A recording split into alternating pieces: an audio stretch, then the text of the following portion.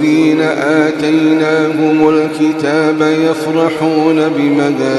أنزل إليك ومن الأحزاب من ينكر بعضه قل إنما أمرت أن أعبد الله ولا أشرك به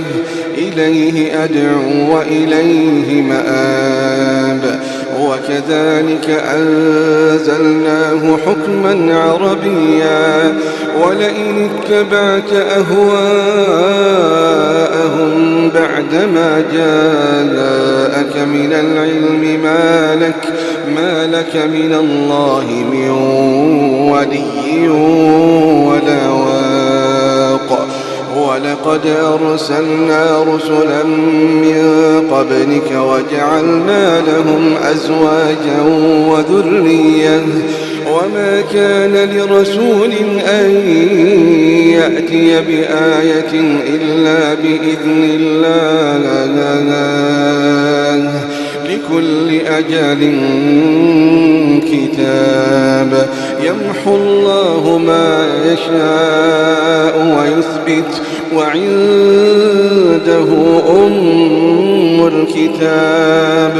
وإما نرينك بعض الذي نعدهم أو نتوفينك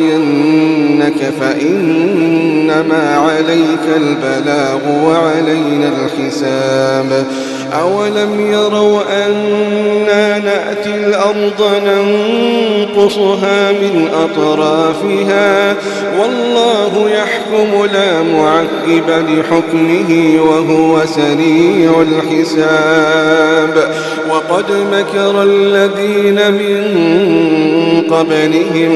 وقد مكر الذين من قبلهم فلله المكر جميعا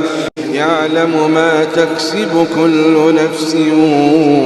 وسيعلم الكفار لمن عقبى الدار ويقول الذين كفروا لست مرسلا قل كفى بالله